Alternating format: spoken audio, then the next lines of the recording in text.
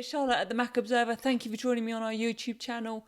I thought today I'd take you through how to use one of my favourite features in iOS 14, widgets. Widgets give you access to part of an app or some alerts, but save you from having to load up the whole thing. I find them really useful.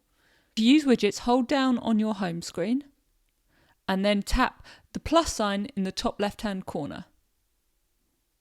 There you can see a variety. I want to use the weather one.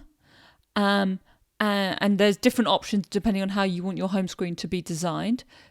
Tap Add Widget once you've found one you want, and you can place it anywhere on your home screen. You can drag it around,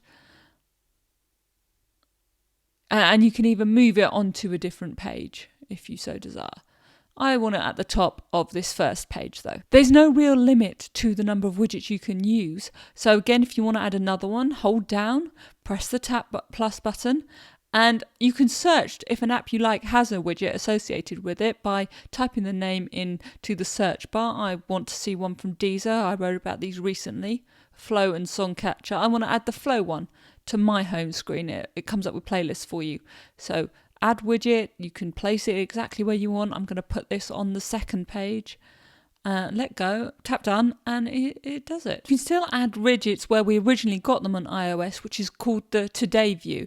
You do that by swiping right when you're on the first page, and you can access widgets in the same way, pretty much. Press Edit or hold down. If you hold down and press the Customize button, you get to the list of widgets that you may have seen in iOS 13. You can also move widgets from the Today view to other parts of your home screen by holding down or pressing Edit so it shakes again, and holding it down as you drag the widget across to a different page.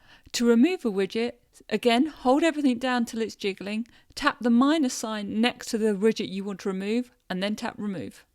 Thank you so much for watching. I hope you enjoyed this, found it useful. Let me know some of your favourite iOS 14 tips and tricks in the comments below, and please do subscribe to the channel. I'll see you again soon.